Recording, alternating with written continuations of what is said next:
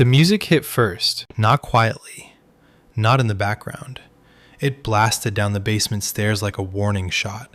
Loud, chaotic, completely out of place in the middle of the night. Then, the light flicked on, and before I could even process what was happening, she stepped into view, struck a pose like she was walking onto a stage, and said, "Now the party's about to start." At midnight in my space, in front of my friend. So let me ask you something. How many times can someone push your boundaries before you finally snap? And when you do, does that make you the problem? Because what happened next is the moment my entire family decided I was the bad guy. It was supposed to be a chill night. Nothing crazy, just me and my friend hanging out in the basement, controllers in hand, half focused on a game we'd already lost interest in, talking about random stuff like we always do. It was quiet, comfortable. One of those nights where you're not doing anything important, but it still feels like exactly where you want to be. The basement is kind of my space. Not officially, not like anyone said it out loud, but everyone knows it. It's where I go to get away, where I bring friends, where I can just exist without being bothered every 5 minutes. At least, that's how it's supposed to be. Because if there's one thing you need to understand about my house, it's this.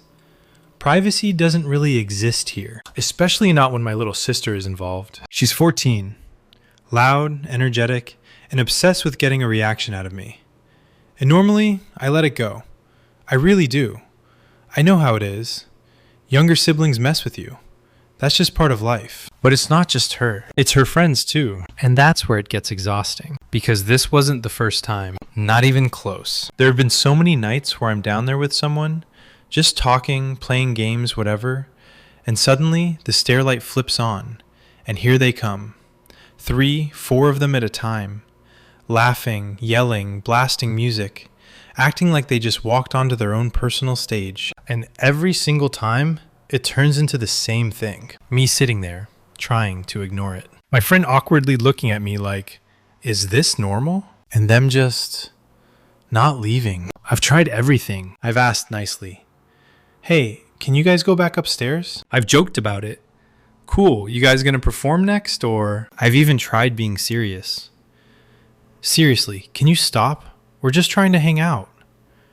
And every time, nothing changes. They laugh. They linger, they stay just long enough to ruin the vibe, and then eventually leave like it was all some harmless joke. But here's the thing about harmless jokes. They stop being harmless when they happen over and over and over again. They stop being jokes when you've clearly asked them to stop. They stop being funny when you're the only one not laughing. So yeah, maybe it sounds small. A few teenagers being loud, a little sister being annoying. But when it keeps happening, night after night, and no one takes you seriously, it builds. And last night, it finally boiled over. Because when that light came on again, when that music started blasting again, and when her friend came down their stairs like she was about to headline a concert in my basement, something in me just snapped. I didn't laugh.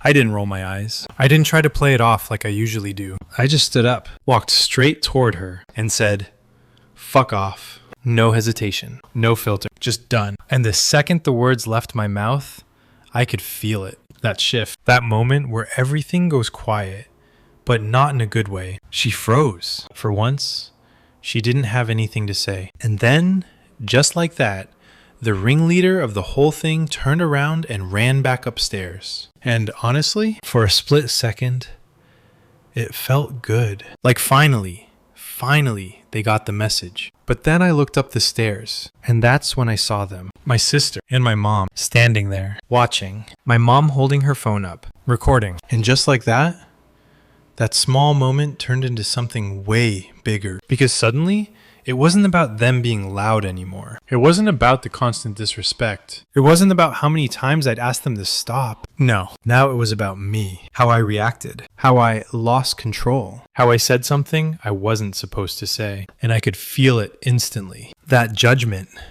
That shift in perspective where I wasn't the guy who had been dealing with this for weeks. I was just the guy who snapped. So I didn't think. I didn't explain. I didn't try to justify anything. I just ran upstairs, grabbed the door, and slammed it hard. The kind of slam that says everything you don't even have the energy to explain anymore. And for a second, everything went quiet again. But this time, it didn't feel good. Because I knew this wasn't over. Not even close. The silence after the door slam didn't last long. It never does in my house. I had barely made it halfway back down the stairs when I heard the door open again behind me. Slow.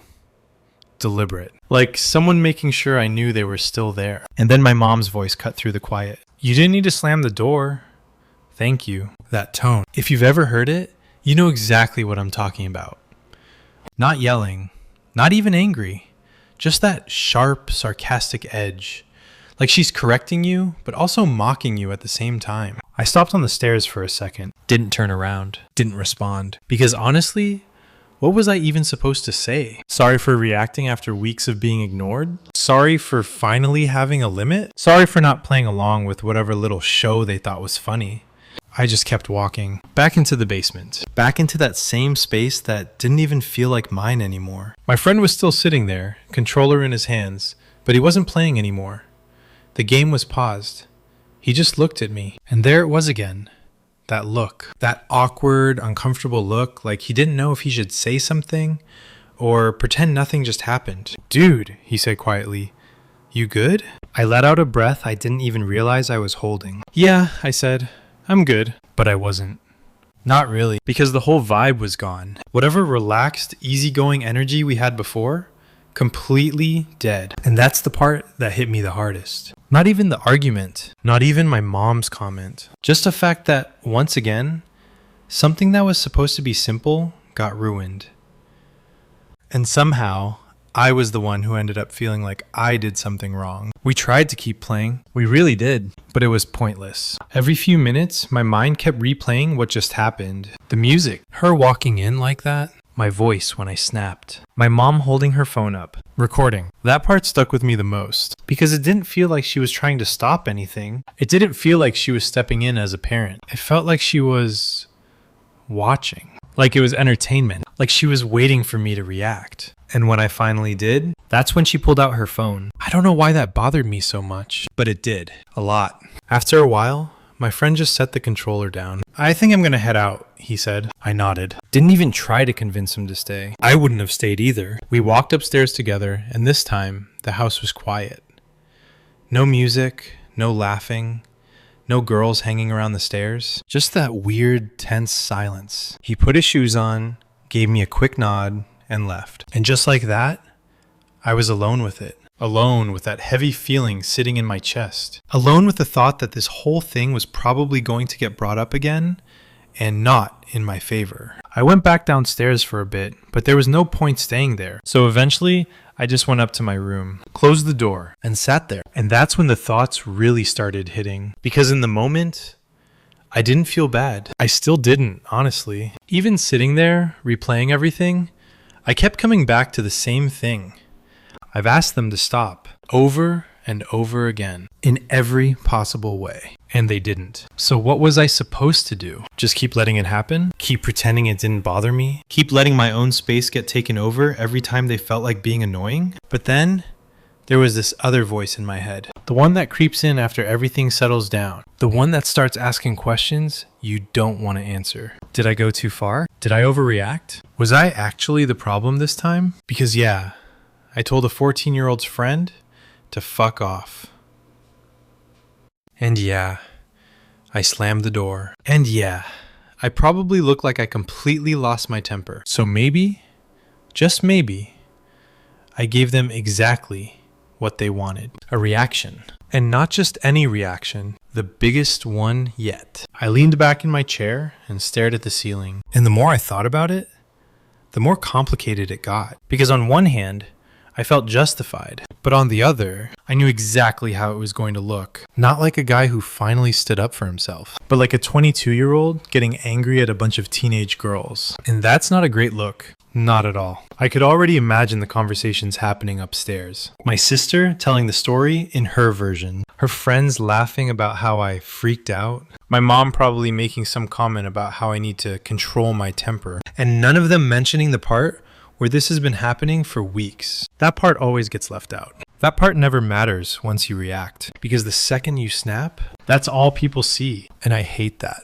I hate how the buildup never counts, only the explosion. I sat there for a long time, just going back and forth in my head. Apologize? Don't apologize. Let it go. Stand my ground. Because here's the thing. Even if I am technically the asshole in this situation, I don't feel bad for doing it. And that's what's messing with me the most. Because usually when you cross a line, you feel it. You feel that guilt, that regret, that, yeah, I shouldn't have done that. But I don't.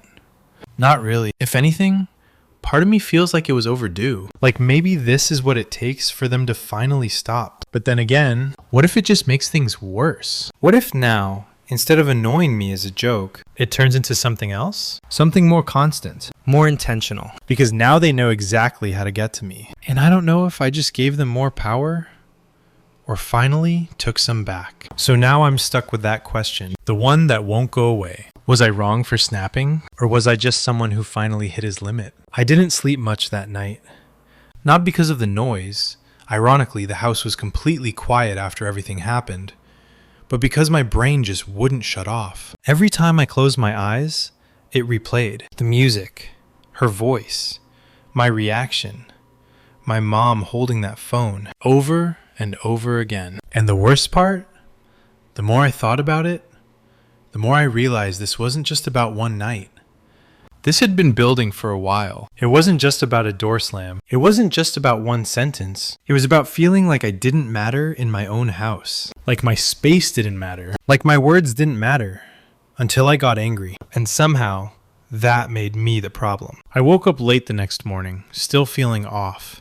That heavy, lingering tension was still there, sitting in my chest like it hadn't moved an inch overnight. I could hear voices upstairs. My mom, my sister, talking. And I already knew. I hadn't even walked out of my room yet, and I knew exactly what the vibe was going to be. I took a breath, opened my door, and stepped out. The moment I walked into the kitchen, it hit me. That silence. Not the peaceful kind. The kind where people stop talking when you enter the room. My mom was standing by the counter, scrolling through her phone. My sister was at the table, pretending to be busy with something. Neither of them looked at me right away. And yeah, that told me everything I needed to know. I grabbed the glass, filled it with water, and tried to act like nothing was wrong. But you can't fake normal when everything feels off. Finally, my mom spoke. "You know," she said, still not looking up, "you were really disrespectful last night." There it was, straight to the point. No good morning, no conversation, just judgment. I leaned against the counter,